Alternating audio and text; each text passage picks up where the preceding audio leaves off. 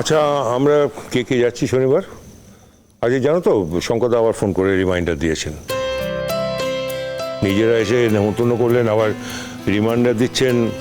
আমি প্রমিসও করেছি সবাই মিলে যাবো, সেখানে সবাই মিলে না গেলে খুব খারাপ দেখাবে।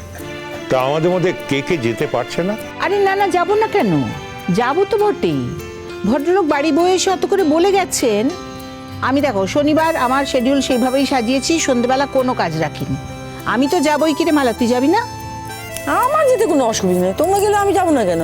আর সত্যি তো ভদ্রলোক ওইভাবে বলে গেলেন। কিরে কিরে, তোরা দুজন কি করবি, ঠিক করেছিস? না না, আমি কোনো কাজকর্ম রাখছি না, আমি সেদিন যাবোই।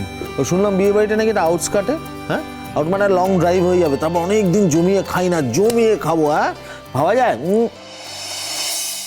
আচ্ছা কাজুরি, তুমি আবার ছুটি টুটি পাবে তো নাকি আবার? আরে আমি তো অলরেডি ছুটি নিয়ে নিয়েছি কাম্মা। ও, নেওয়া হয়ে গেছে? ওমা, সেদিনই তো কথা হলো যে আমরা সবাই যাব। পিগলু, তুই চুপ করে আছিস কেন রে? কেন, কি হলো? আমি কি বলবো আবার? বলবি আবার কি? তুই যাবি তো? আমি ওই দেখো, আমি ওখানে কাউকে চিনি টিনি না, ছেড়ে দাও না। আই পিকলু, আমি কোথায় যাবো চিনি চিনি না মানে? তুই তো এরকম ধরনের কথা আগে বলতিস না। আরে আমরা তো চিনি, সেটাই তো যথেষ্ট। আবার তোমাকে আলাদা করে চিনতে হবে বুঝি? না না, আমি যেতে পারবো না, আমাকে ছেড়ে দাও প্লিজ। এই, কান মলে দেবো। ছেড়ে দেবো কেন রে? কেন ছাড়বো বল? সবসময় বাড়ির সবার সাথে সব জায়গায় তো যাস, যাবি না কেন? শোন পিকলুদা, তুই না গেলে কিন্তু আমিও যাব না। হ্যাঁ, আর আমিও যেন কত যাব। আগে পিকলু তো আমাদের সাথে সব জায়গায় যেত, এখন কোথাও যেতে চায় না। আচ্ছা, আমি একটা কথা বলছি, তোমরা সবাই মিলে একটা বিয়ে বাড়িতে যাচ্ছ, যাও না। আমাকে নিয়ে টানাটানি করে কি আছে আমি তো বুঝতে পারছি না। আমার কাজ আছে। থাক কাজ, যতই কাজ থাক তুমি যাবে। হয়েছে তো? ঠিক হয়েছে। এই যে, তুমি আর বেশি কথা বলো না, ঠিক আছে? তোমার যা শরীরের অবস্থা, এখন অত দূরে যাওয়াটা ঠিক হবে না। এত লং ড্রাইভ একটা, এই তাতান, তুই ওকে নিয়ে যাবি বল? ঠিক না কিন্তু নিয়ে যাওয়াটা। আচ্ছা, ডাক্তারটা কে, তুই না আমি? না মানে ডাক্তার তুই, মানে আমি কি করে ডাক্তার হবো? তুই ডাক্তার, রিস্ক নিয়ে তুই হয়তো নিয়ে যেতেই পারিস, কিন্তু আমার মনে হয়েছে যে ওর যাওয়াটা ঠিক হবে না, তাই বললাম আর কি, ব্যাস। সেটা না হয় আমি বুঝবো, ভালো জেঠু বুঝবে, থাক না। ও আচ্ছা, মেঘলার ব্যাপারটা তুই বুঝবি, আমার ব্যাপারটাও তুই বুঝবি। আরে ভাই, আমার ব্যাপারটা অন্তত আমাকে বুঝতে দে, আমি যখন বলছি আমি যাব না। আচ্ছা, তোরটা কি করে ছেড়ে দেবো পিকলুদা? না মানে তুই তো আবার আমার নাবালক দাদা। হ্যাঁ, নাবালক দাদা, মানে ছোটবেলা থেকে তোর সবকিছু তো আমি দেখে আসছি, আমি বুঝে আসছি। এখন হঠাৎ এই বয়সে এসে কি করে নতুন করে ছেড়ে দেবো বল?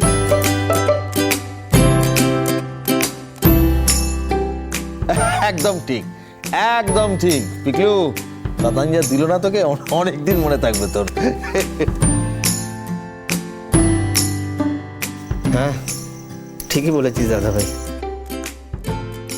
আমাকে দেওয়া তো সব থেকে সহজ। এই পিকলু, এটা আবার কি হলো? ছাপ, তুই কি আজকাল সব কথার উত্তর এইভাবে দিবি নাকি বলতো? কেন, আমি ভুল তো কিছু বলিনি। আমি যা বলেছি সেটাকে বিশ্বাস করি, যে আমাকে দেওয়াটা সব থেকে সহজ। যা কিছু আমাকে খুব সহজেই দেওয়া যায়। হ্যাঁ রে পিকলুদা, যায়। ভালোবাসাটাও তোকেই সব থেকে সহজে দেওয়া যায়। কই সেই কথাটা তো একবারও বললি না। আচ্ছা ঠিক আছে, আমরা এখন আর কেউ কোনো সিরিয়াস কথা বলবো না। ও ভালো জেঠু, শনিবার দিন কখন রওনা হব? 7টা নাগাদ বেরিয়ে পড়তে হবে। একটা রিজনেবল টাইমে গিয়ে পৌঁছতে হবে তো, বেশি রাত করে বেরোলে চলবে না। হ্যাঁ, আর তাছাড়া তোমাকে তো গান গাইতে বলেছে। এই, কিরে, গান গাইবি তো? হ্যাঁ, গাইবো না কেন? এত করে ওনারা রিকোয়েস্ট করলেন গাইবো না? মা বলছি তুমিও গান গেও। ওরা তো জানেই না তুমি কত ভালো গান গাও। এই এই এই আমাকে একদম ফাঁসানোর চেষ্টা করবি না কিন্তু। আচ্ছা মা, এতে ভাসানোর কি আছে? না মানে যে গান গাইতে পারে তাকে গান গাইতে বলা হচ্ছে। আমাকে যদি কেউ কোথাও ডাক্তারি করতে বলে আমি তো খুশি খুশি করবো, তাই না? মানে আমার তো মনে হবে কথা বলার থেকে বাবা যেটা ভালো করে করতে পারি সেটাই করব। মানেটা কি? হ্যাঁ মানেটা কি? আমি বারবার বলে দিয়েছি তোমরা কিন্তু ওখানে গিয়ে আমি গান গাইবো না, ব্যাস। আমার গান গাওয়ার কোনো ইচ্ছে নেই, আমি বলে দিলাম। আর ওখানে গিয়ে কিন্তু এসব ব্যাপারে কোনো কথা তুলবি না তোরা। হ্যাঁ আচ্ছা ভালো কথা, অনেক অনেক কথা হচ্ছে, কি দেওয়া হবে সেটা বলবে তো নাকি? আচ্ছা বলছিলাম, সবাই মিলে যখন যাচ্ছি ভালো কিছু গিফট করলে হয়তো। হ্যাঁ তা তো বটেই। হ্যাঁ, কিন্তু কি দেওয়া হবে? বাবা ডিনার সেট দেবে? ডিনার সেট দিবি? না না বাবা, এই ডিনার সেট অনেকেই দেয়, ওই একই জিনিস দুটো তিনটে হয়ে কি লাভ বলতো? সেটাও তো ঠিক। তাহলে কি দেয়া যায় দিদি ভাই? এই সোনা দেবে? সোনা? মা আজকালকার মেয়েরা সবাই কি সোনা পরে? হ্যাঁ হ্যাঁ খুব পরে, আর না পড়লে রেখে দেবে। বাবা আমাদের দেওয়ার কথা আমরা দেবো, ব্যাস। হ্যাঁ, ভালো কিছু একটা দেওয়াই উচিত। তাহলে ওই গয়নাটাই কিনতে হবে, কিন্তু মাঝে তো মাত্র একটা দিন। এই তাতান, তুমি আর মেঘলা গিয়ে যাও না, কিনে আনো। এই মরেছে, আমি এসব কিছু বুঝি না। বুঝিস না তাই তো? তা এবার তো একটু একটু করে বুঝতে হবে সোনা। কারণ বয়সটা তো বেশ ভালোই হচ্ছে, আর তো তুমি ছোটটি নেই, কদিন পরে বাচ্চার মা হবে। আর এখন যদি তুমি বলো যে আমি বুঝি না, চলবে না। এই একটা খুব দামি কথা বলেছিস তুই, একদম ঠিক কথা বলেছিস। এই যাও তো, তোমরা দুজন হাজবেন্ড ওয়াইফ মিলে এই বাড়ির এই সংসারের প্রথম একটা দায়িত্ব পালন করো দেখিনি। এই যে আমাদের তাতান বাবু সারা জীবন তো গায়ে হাওয়া লাগিয়ে ঘুরে বেরিয়েছেন। যাও, এবারে এই দায়িত্বটা তোমাদের দেওয়া হলো, তোমরা দুজনে গিয়ে একটা ঠিকঠাক উপহার কিনে আনবে, ঠিক আছে? এই শোন, হার কিনবি আর তার সঙ্গে একজোড়া কানের দুল কিনবি, বুঝলি? আচ্ছা এই সোনা টোনা দেওয়ার ব্যাপারটা না আমি খুব একটা পছন্দ করি না। মানে তার থেকে এই পিকলুদা তুই একটা ভালো করে ছবি এঁকে দে। কেন রে? না মানে আমার ছবি কি সস্তা নাকি? আমার ছবি সবাই বুঝে না। আরে এমন একজনকে গিফট দিলাম ছবি যে কোনোদিন হয়তো ছবি আঁকা দেখেইনি, কি লাভ? আমি দিতে পারবো না। আরে আমি কি সেটা বলেছি নাকি?